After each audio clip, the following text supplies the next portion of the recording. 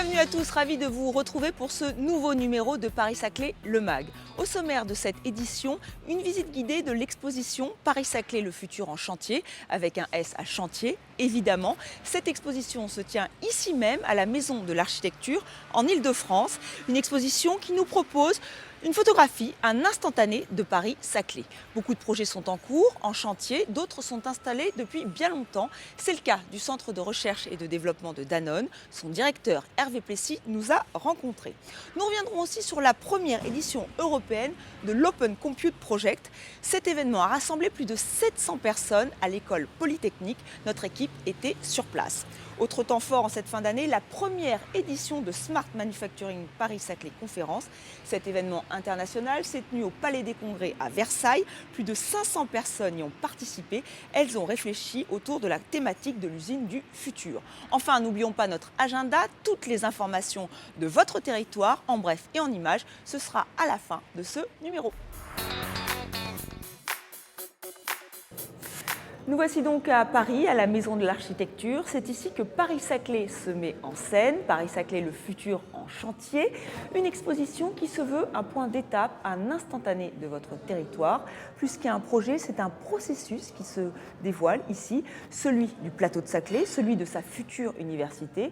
Une fresque monumentale nous a permis de nous faire une idée plus précise. Visite guidée tout de suite avec Pierre Vels. C'est le président directeur général de l'établissement public Paris-Saclay.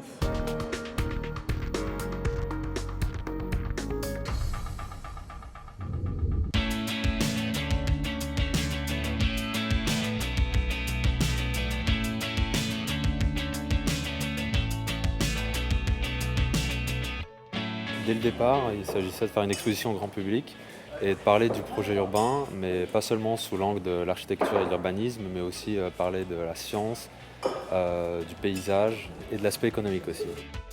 Dès le départ, on a cherché à voir comment on peut représenter ces différentes disciplines avec des supports architecturaux et comment le rendre communicable et compréhensible au grand public.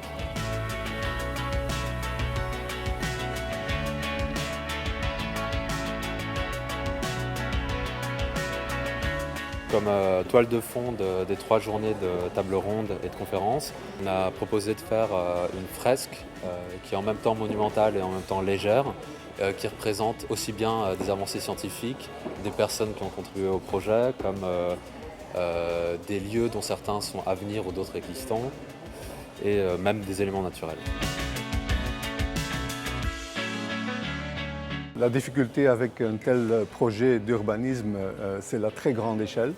Et donc on a choisi de montrer en différentes échelles le projet d'urbanisme, les idées derrière, mais aussi les maquettes des premiers bâtiments qui sont en cours de développement. On montre plus un processus qu'un projet fini. Donc, par exemple, il y a des maquettes de concours qui sont des versions premières des projets architecturaux qui sont toutes exposées en arrière-chapelle et les matériaux utilisés sont des matériaux de chantier bruts. Dans notre équipe, qui est avec Michel Lévin, paysagiste, il y a énormément d'ingénieurs de différentes spécialités, d'experts de tout genre. C'est vraiment un projet transdisciplinaire et collaboratif. On travaille sur le plan urbain depuis à peu près 5 ans, mais on est certain que l'ensemble, ça durera 15 ans et ça sera une évolution dans le temps qui n'arrête jamais.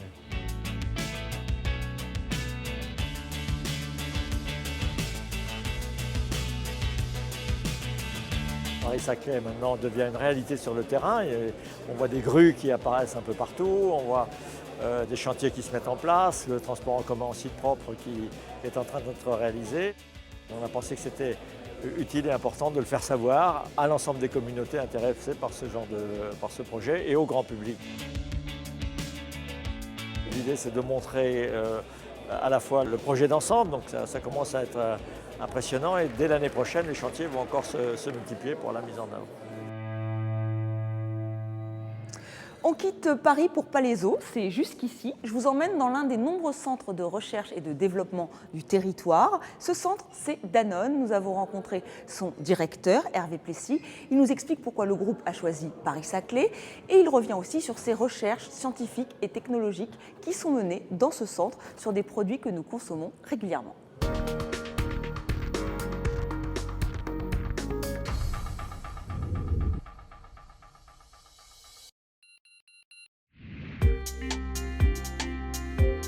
Le centre de recherche Daniel Carasso, c'est un des centres de recherche internationaux de Danone et notre centre est dédié à la recherche en sciences et en technologie pour les produits laitiers frais et pour les eaux minérales, au service de l'ensemble du groupe Danone à travers le monde.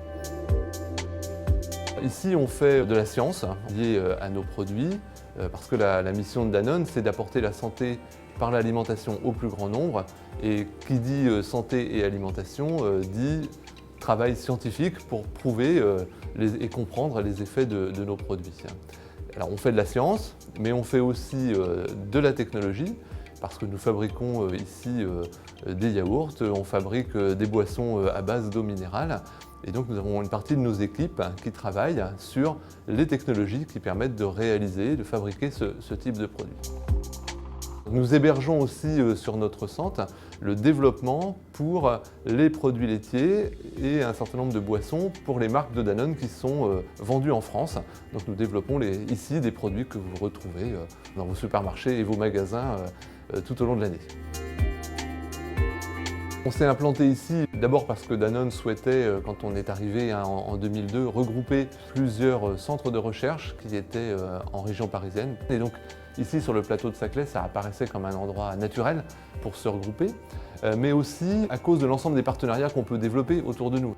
Tout l'environnement, tout notre écosystème scientifique est extrêmement important. Alors il y a l'AgroParisTech et l'INRA, qui sont bien sûr des partenaires naturels pour Danone, mais nous travaillons aussi avec l'Université d'Orsay. On développe en commun un projet autour d'une chaire liée aux aliments du futur et à la cuisine du futur.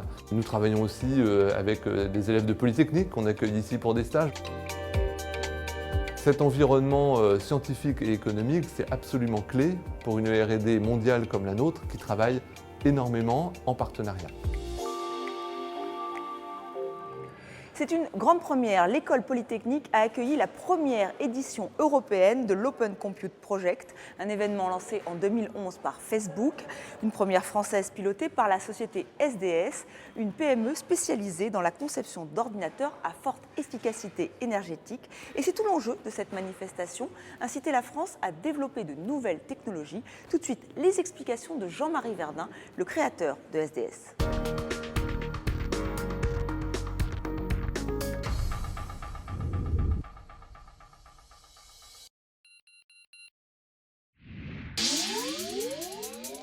Bienvenue au premier Summit Open Compute européen. Le projet Open Compute est un projet qui est collaboratif, qui a été lancé en 2011 par Facebook avec pour objectif d'améliorer l'efficacité énergétique des grands centres de données informatiques qui stockent aujourd'hui vos données personnelles et qui doivent les garder dans des endroits sécurisés et d'une manière efficace. L'événement a été co-organisé avec la fondation Open Compute aux États-Unis et puis par notre société, Sweetie Desktop Systems, qui est présente sur le plateau de Saclay depuis le mois de novembre 2006, qui développe des ordinateurs sur ce plateau. Et je suis moi-même un ancien étudiant du plateau de Saclay, et donc il nous a semblé naturel d'essayer d'ancrer cette communauté autour du futur campus de l'Université Paris-Saclay. On a accueilli plus de 700 personnes durant cet événement. Il fallait qu'on puisse tous se réunir dans une salle pour pouvoir échanger. Et donc l'école Polytechnique était la seule école à disposer de ses moyens logistiques pour pouvoir accueillir ce type d'événement.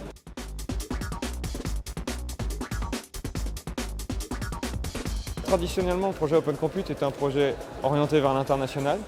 C'est un projet communautaire qui traite d'une problématique assez spécifique du développement d'équipements matériels.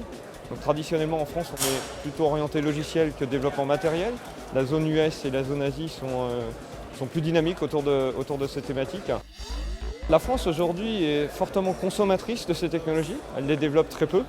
Et l'idée c'est d'essayer justement d'améliorer ce point et de faire émerger soit des nouvelles startups, soit de sensibiliser une partie de l'écosystème informatique autour de ces thématiques et de pouvoir développer de nouvelles technologies et apporter nous-mêmes notre pierre à l'édifice. La communauté Open Compute est totalement ouverte. Donc elle est ouverte aux étudiants, aux retraités, aux professionnels, à toute personne qui souhaite s'investir dans cette communauté.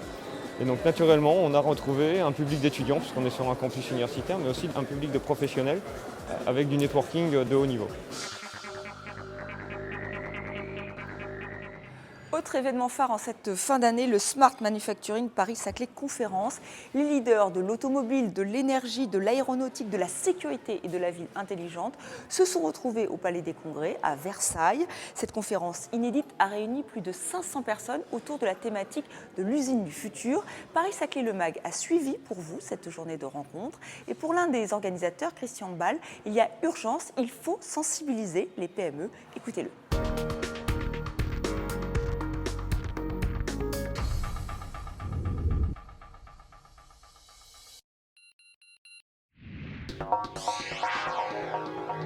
Cet événement SMPS 2014, c'est le premier. On veut se lancer dans un cycle annuel et notre but principal, c'est de fédérer tous les acteurs autour de la thématique usine du futur, acteurs ceux qui soient grands groupes industriels, PME et laboratoires de recherche et écoles de formation aussi.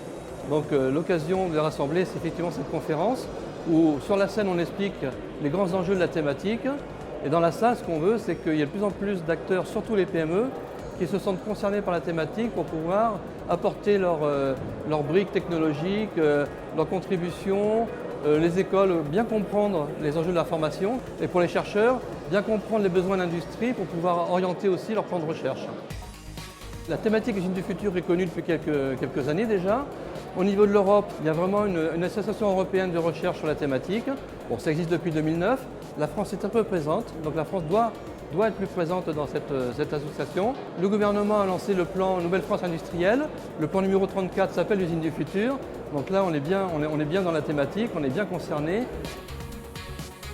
Tout est à faire et c'est les années à venir qui vont montrer justement l'intérêt porté par les acteurs et le nombre d'acteurs. C'est surtout ça qu'on veut voir, c'est le nombre d'acteurs parce qu'aujourd'hui, il y a quelques champions, il y a quelques entreprises, organismes qui ont bien compris. Encore faut-il emmener d'autres grands industriels, d'autres PME pour pouvoir travailler ensemble. Le plateau de Saclay, je dirais, c'est une opportunité mais irremplaçable parce que sur le même territoire, pour l'instant, on va arriver à rassembler les grandes écoles, donc la formation. On rassemble déjà des grands organismes de recherche, le CEA en est un bon exemple. Et puis aussi, on a des grandes entreprises qui sont déjà installées sur le plateau de Saclay. Donc tous les grands acteurs sont déjà là. C'est un terreau, je veux dire, c'est plus qu'un territoire, c'est un terreau de synergie où les gens vont pouvoir travailler ensemble parce qu'ils sont proches.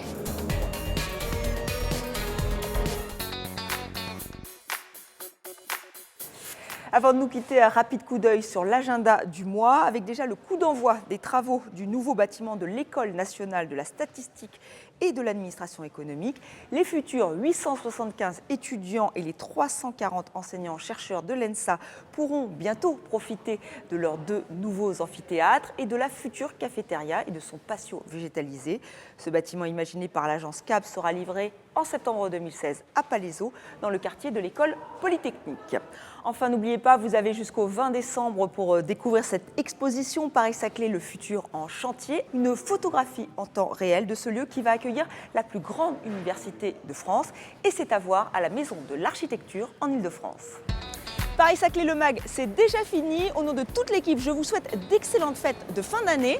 On se retrouve très vite pour un prochain numéro. D'ici là, toutes les informations seront sur notre site epps.fr.